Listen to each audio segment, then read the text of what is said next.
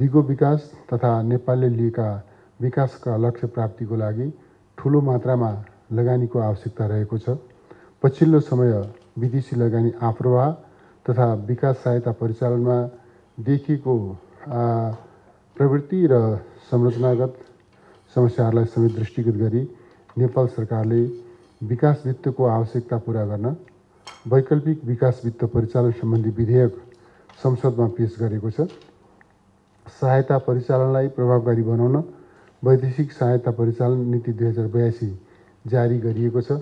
लगानीको वातावरण सुधार गर्न निजी क्षेत्रको सहकार्यमा लगानीसँग सम्बन्धित विभिन्न कानुनहरू सुधार तथा परिमार्जन गरिएको छ।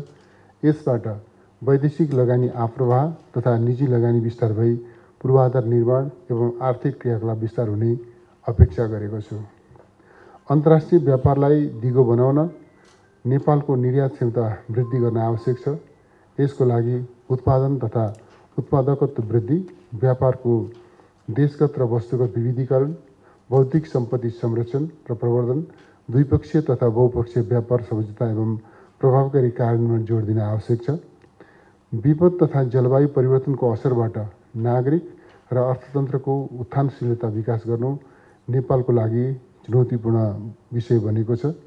नेपालले कार्यान्वयनमा प्राथमिकता दिएको दिगो विकासका लक्ष्य हासिल गर्ने, हरित अर्थतन्त्र विकास गर्ने, जलवायु सम्बन्धी विश्वव्यापी कोषहरूमा पहुँच कायम गर्दै उत्थानशीलता विकास गर्नुपर्नेमा जोड दिन आवश्यक छ।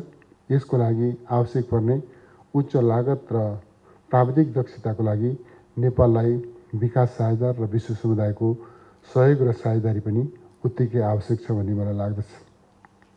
उपस्थित महानुभावहरू, उच्च र दिगो आर्थिक वृद्धि, रोजगारी सृजना, गुणस्तरीय मानव पुँजी विकास, हरित अर्थतन्त्रको प्रवर्धन, सामाजिक समावेशीकरण एवं लगानी तथा व्यापार प्रवर्धनको माध्यमबाट नेपालले आर्थिक वृद्धिको बाटोमा रहेका चुनौतीहरूलाई सामना गर्न सक्दछ भन्ने मेरो ठम्याइ हो।